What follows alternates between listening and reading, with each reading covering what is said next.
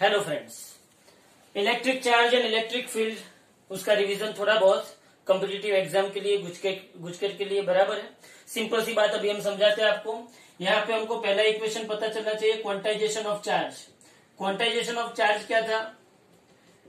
Quantization of charge में आपके पास था Q is equal to plus और minus n e, where n is integer number. Okay, उसके बाद आपके पास इक्वेशन था इलेक्ट्रिक फोर्स का। इलेक्ट्रिक फोर्स का इक्वेशन जो आप देखते थे वो F is equal to 1/4πε0 Q1 Q2 by are square. ये इक्वेशन कब था? जब हम वैक्यूम की बात करते हैं तब।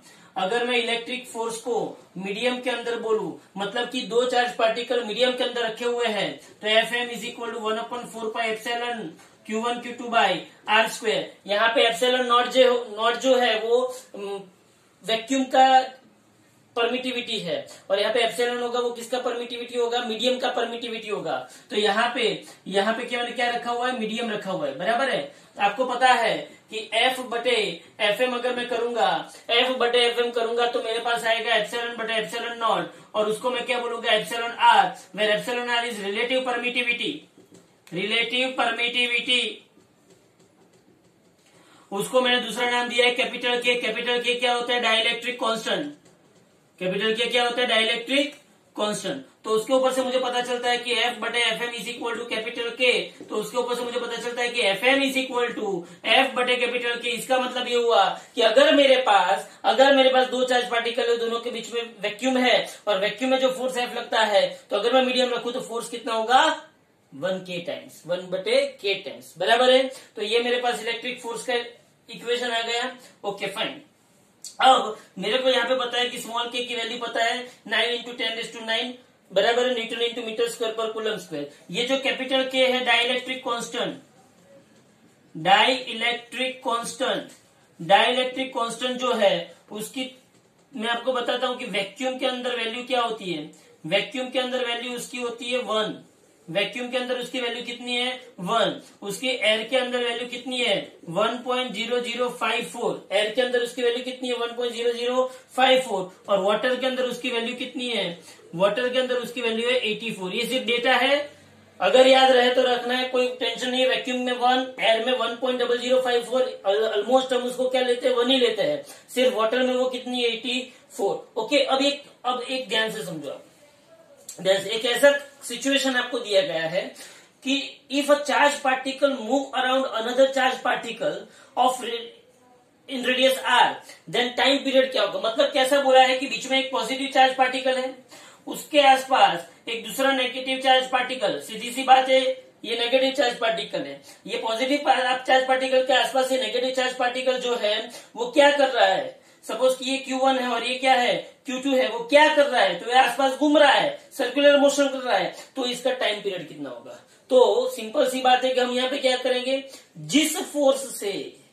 जिस इलेक्ट्रिक फोर्स से ये चार्ज पार्टिकल इसको अंदर खींचेगा, उतना ही फोर्स इस चार्ज पार्टिकल को सेंट्रीपिटल फोर्स के स्वरूप में बाहर लगेगा। फिर से बोल रहा हूं, ये प्लस Q1 चार्ज पार्टिकल इसको जितने फोर्स से खींचेगा, उतना ही मैग्नीट्यूड वाला फोर्स ऑपोजिट डायरेक्शन में एज अ सेंट्रीपिटल फोर्स लगेगा। अब उसने उसको टाइम पीरियड पूछा है, तो आपको सिंपली सी बात है, यहाँ पे क्या करोगे आप? mv²/r is equal to k Q1 Q2 by are square करोगे। और जब आप इसको सॉल्व करोगे, v इज इक्वल टू क्या आता था? 2πr/t। टी क्या था? टाइम पीरियड था। टी क्या था? Time period. तो ये जो टाइम पीरियड यहाँ पे रखोगे तो आपको फाइनल इक्वेशन मिलेगा t is equal to 16π³ epsilon naught mr³ divided by Q1 into Q2। याद रखना, time period t of this charge particle to complete 1 revolution around the Q1, t is equal to 16π³ epsilon naught mr³ upon Q1 Q2। ये concept याद रहा। Centripetal force is equal to electric force, बराबर है। उसके बाद अब आपको ऐसा दिया गया है कि कैपिटल Q चार्ज है। कैपिटल Q चार्ज को मैंने दो पार्ट में डिवाइड किया है। सपोज कि मैंने यहाँ पे स्मॉल q लिया, तो यहाँ पे क्या हुआ? Q माइनस Q हुआ, बराबर। अब ऐसा बोला कि इन दोनों के बीच में फोर्स जो लग रहा है, इन दोनों के बीच में जो फोर्स लग रहा है वो फोर्स मैक्सिमम है। अगर ये फोर्स मैक्सिमम है तो यहाँ पे डिवीजन कैसे हुआ होगा, तो यहाँ पे डिवीजन कैसे हुआ होगा, small Q is equal to Q by 2। मतलब कि अगर यहाँ पे 500 कूलम है तो यहाँ पे 250 कूलम हुआ होगा, तब जाके इन दोनों के बीच में फोर्स क्या लगता है, मैक्सिमम लगता है। फिर से कैपिटल क्यू है, उसका डिस्ट्रीब्यूशन ऐसे किया कि जिससे दोनों पे बीच में लगता हुआ फोर्स क्या आया, मैक्सिमम। तो डिस्ट्रीब्यूशन कैसे किया होगा, हाफ हाफ, बराबर है। नेक्स्ट उसके बाद क्या है, उसके बाद मेरे को एक सिचुएशन दी है कि K E square upon G M E M P, CBSE NCERT जो बुक है उसके अंदर एक क्वेश्चन पूछा है कि K square upon G M E M P का यूनिट क्या होगा। तो आपको पता होना चाहिए कि डायमेंशन लेस है। क्या ये डायमेंशन लेस, क्यों डायमेंशन लेस है, क्योंकि आपको पता है कि के ई स्क्वायर जो है वो भी क्या होता है एफ इंटू आर स्क्वायर, और जीएमईएमपी है वो भी क्या होता है F into R square. F R square क्या हुआ कट, तो ये डायमेंशन लेस मतलब m0 क्या होगा, t0 होगा, बराबर है। अब एक सिचुएशन उन लोगों ने ऐसी दी हुई है कि उन लोगों ने ऐसा पूछा है कि एक सपोर्ट है, यहां पे कोई एक चार्ज है m मास वाला, यहां पे भी कोई एक चार्ज है m मास वाला, बराबर। ध्यान से देखना, अब ध्यान से देखना, सेम चार्ज है तो दोनों एक दूसरे को अपोज करेंगे, रिपल किया, अच्छा सही बात है, बहुत बढ़िया। अभी यहाँ पे एंगल बनाया थीटा, कितना एंगल बनाया थीटा। अब उसने ऐसा पूछा है कि अगर ये दोनों एक दूसरे को रिपल करते हो और यहाँ पे अगर length of this string L है, बराबर, तो उसने ऐसा पूछा है कि इस गोले पे चार्ज कितना होगा। ध्यान से देखना, पहले दोनों साथ में थे गोले ऐसे, उसके दोनों के ऊपर पॉजिटिव चार्ज डिपॉजिट किया तो ऐसे हुए, दोनों के ऊपर पॉजिटिव चार्ज डिपॉजिट किया तो ऐसे हुए। यहाँ पे एंगल कितना बना, थीटा बना, बराबर है। तो उसने ऐसा पूछा है कि यहाँ पे चार्ज क्यू कितना होगा। तो याद रखना, चार्ज क्यू का डायरेक्ट इक्वेशन में भी लिखवा रहा हूं, लेकिन आपको प्रोसीजर पता होनी चाहिए। प्रोसीजर क्या है, यहाँ पे अगर ये थीटा है तो ये क्या होगा थीटा बाई 2, तो ये क्या होगा थीटा बाई 2। अगर यहाँ पे टेंशन फोर्स टी है तो ये क्या होगा टी कॉस थीटा, ये क्या होगा टी साइन थीटा। यहाँ पे फोर्स आएगा एफ और नीचे क्या आएगा, माजी आएगा, और बाद में इन सबको क्या करना है, आपको इक्वेट करना है। तो फाइनली आपको जो इक्वेशन मिलता है Q square is equal to 4mgl square, 4mgl square sine square theta into tan theta divided by capital K. Solve करना एक बार, ये आंसर आना चाहिए Q square is equal to 4mgl square sine square theta into tan theta divided by small K आपको पता है 1/4πε0, बराबर। ये एक सिचुएशन आ गई। अब एक क्वेश्चन ऐसा पूछा है, बहुत ध्यान से समझना, कि उसने ऐसा पूछा है कि एक एक्स एक्सिस ले लो आप, एक्स एक्सिस, यहाँ पे ओरिजिन है 1 मीटर पे, फिर 2 मीटर पे, फिर 4 मीटर पे, 1 मीटर 2 मीटर 4 मीटर पे उसने चार्ज रखे हुए, क्या रखे हुए हैं, चार्ज। और उसने पूछा है फोर्स, पूछा है क्या, पूछा है उसने फोर्स। याद रखना, इसका मतलब ये हुआ कि F इज इक्वल टू के Q1 Q2, आर स्क्वायर की जगह पे क्या होगा 1/1 square plus 1/2 square plus 1/4 square plus so on, बराबर है। इसको क्या बोलते हैं, इसको इनफाइनाइट जियोमेट्रिक प्रोग्रेशन बोलते हैं। क्या बोलते हैं इसको, इनफाइनाइट जियोमेट्रिक प्रोग्रेशन। इसको सॉल्व करना है, तो ये क्या हुई, इसकी फर्स्ट टर्म हुई, क्या हुई, ये इसकी फर्स्ट टर्म, बराबर है। और ये फर्स्ट टर्म और सेकंड टर्म के बीच का फर्स्ट टर्म कितनी हुई 1/1, फर्स्ट टर्म क्या हुई 1, और आर क्या होता है फर्स्ट एंड सेकंड टर्म के बीच का रेशियो, तो ये कितना होगा 1/4। तो आपको S N is equal to equation आएगा ए अपन 1 माइनस आर, ए क्या है 1 और ये 1/4, तो S N is equal to आपको क्या मिल जाएगा 4 1 जा 4, 4 ऊपर गया तो ये क्या हो गया 4/3। तो याद रखना ये क्या था, इनफाइनाइट जियोमेट्रिक प्रोग्रेशन था, बराबर है। कभी भी ऐसे सम आए, इसे प्लस की जगह पे माइनस आए, तो भी यहाँ पे सिमिलर प्रोसीजर के आपको आगे बढ़ना है, बराबर। अब उसने दूसरा क्वेश्चन ऐसा पूछा है कि मेरे पास एक वाटर ड्रॉप है, बराबर है, यहाँ पे इलेक्ट्रिक फील्ड ऐसे है, ये इलेक्ट्रिक फील्ड है, बराबर। तो उसने ऐसा पूछा है कि इसके ऊपर चार्ज क्यू है, चार्ज कितना है उसके ऊपर, क्यू चार्ज है, बराबर है। तो इसको स्टेबल रखने के लिए मुझे कितनी इलेक्ट्रिक फील्ड चाहिए? इस वाटर ड्रॉप को स्टेबल रखने, ऐसे मैंने वाटर ड्रॉप रखा है, इलेक्ट्रिक फील्ड ऐसे है, तो इस वाटर ड्रॉप को स्टेबल रखने के लिए कितनी इलेक्ट्रिक फील्ड चाहिए? ये नीचे ना गिरे, नीचे ना गिरे, मैं इसको छोड़ दूं तो नीचे ना गिरे, तो इलेक्ट्रिक फील्ड कितनी चाहिए? तो नीचे कौन सा फोर्स लगेगा? माजी लगेगा भाई, नीचे कौन सा फोर्स लगेगा? माजी। और ऊपर कौन सा फोर्स लगेगा? Electric force QE. तो मेरे पास यहाँ पे इक्वेशन आया, माजी इज इक्वल टू क्या आया? क्यूई। तो मेरे पास E is equal to mg/q, बराबर है। तो ये इलेक्ट्रिक फील्ड का इक्वेशन आ गया। अब उसने यहाँ पे ऐसा पूछा, ऐसा ही सम, लेकिन उसने दूसरी सिचुएशन पूछी कि ये दो प्लेट है, ये दो प्लेट के बीच का डिस्टेंस d है, बराबर, ये दो प्लेट के बीच का डिस्टेंस d है। सपोज कि यहाँ पे मैं आपको ऐसा समझ लू कि यहाँ पे नेगेटिव पोटेंशियल है, यहाँ पे पॉजिटिव, मतलब वन टाइप ऑफ कैपेसिटी। यहाँ पे उसने ऑयल ड्रॉप रखा, यहाँ पे उसने क्या रखा? ऑयल ड्रॉप, बराबर है। सीधी सी बात ये है कि यहाँ पे पॉजिटिव प्लेट होगी, यहाँ पे नेगेटिव प्लेट होगी, तो इलेक्ट्रिक फील्ड कहां से कहां जाएगा?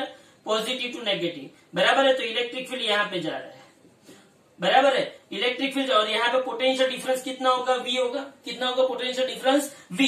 तो उसने ऐसा पूछा कि इस ड्रॉप को स्टेबल रखने के लिए, इस ड्रॉप को स्टेबल रखने के लिए मुझे पोटेंशियल कितना चाहिए?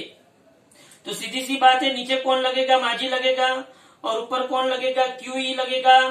तो मैं यहाँ पे वापस लिखता हूँ, माजी इज इक्वल टू QE, माजी इज इक्वल टू क्या आया? QE। बट आप सबको पता है, बट आप सबको, मुझे यहाँ पे E नहीं चाहिए, मुझे क्या चाहिए? V। बट आप सबको पता है कि E is equal to V/D, V is equal to क्या होता है? V/D। तो V is equal to V/D, तो यहाँ पे mg is equal to Q into V/D, तो V is equal to mgd/q।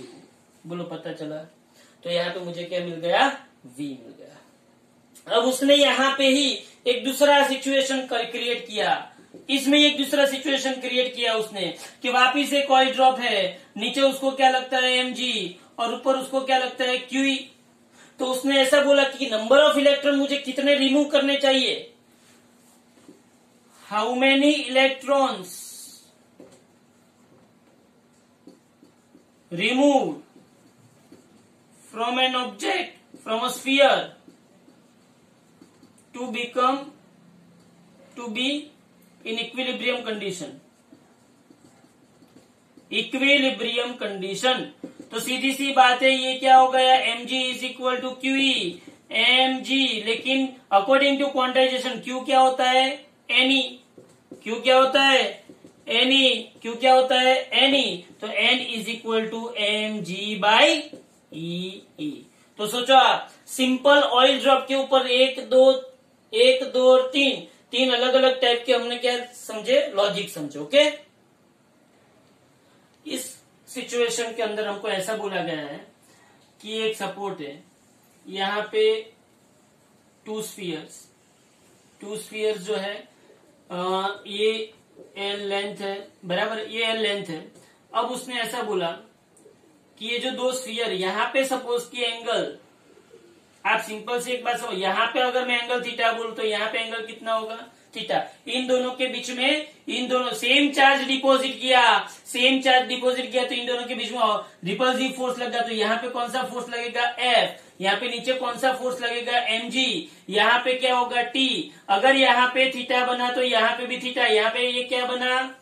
Theta, बराबर है। तो ये क्या आ जाएगा? T cos थीटा, ये क्या आ जाएगा? T sin थीटा, और ये क्या है? F इज इक्वल टू यहाँ पे क्या होगा? QE, बराबर है। तो मैं लिख सकता हूँ कि T sin theta upon T cos theta is equal to T sin theta is equal to QE, और T cos theta is equal to mg।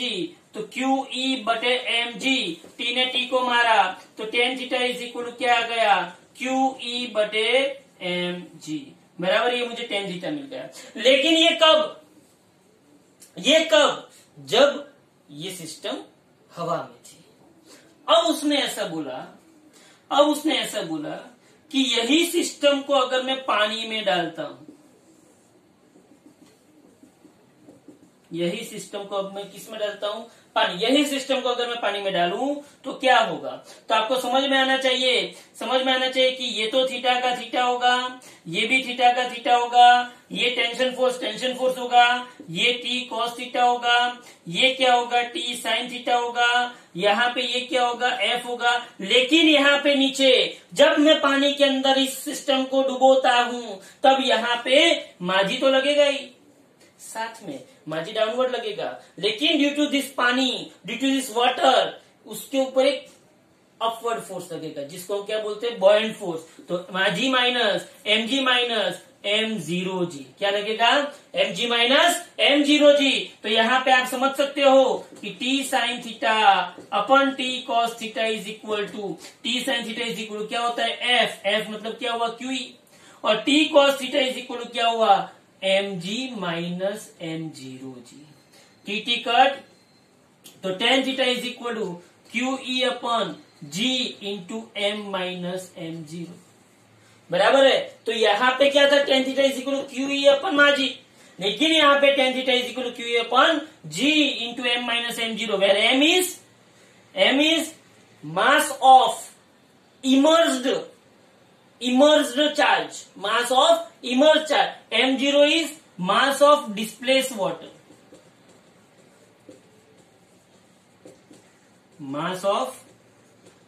Water, बराबर है। ये m जो होगा तो मास इज इक्वल टू क्या होगा rho into volume, mass is equal density into volume, density किसकी होगी चार्ज की होगी, बराबर है। और वॉल्यूम किसका होगा ये गोले का होगा, तो m is equal to rho into 4/3 pi r cube where r is the radius of the गोला, बराबर है। और ये जो डिस्प्लेस वाटर है उसका मास m0 क्या होगा density of water into 4/3 pi r cube, clear, बराबर है। तो अब ये सिचुएशन हमने देखी, लेकिन मेरी बात समझो, यदि आधे ही इक्वेशन है, नेक्स्ट वीडियो के अंदर बाकी के इक्वेशंस प्लस उसके ऊपर से कुछ न्यूमेरिकल्स जो श्योरली गुजकेट नीट के लिए और JEE के लिए इंपॉर्टेंट है वो मैं समझाने वाला हूँ, बराबर है।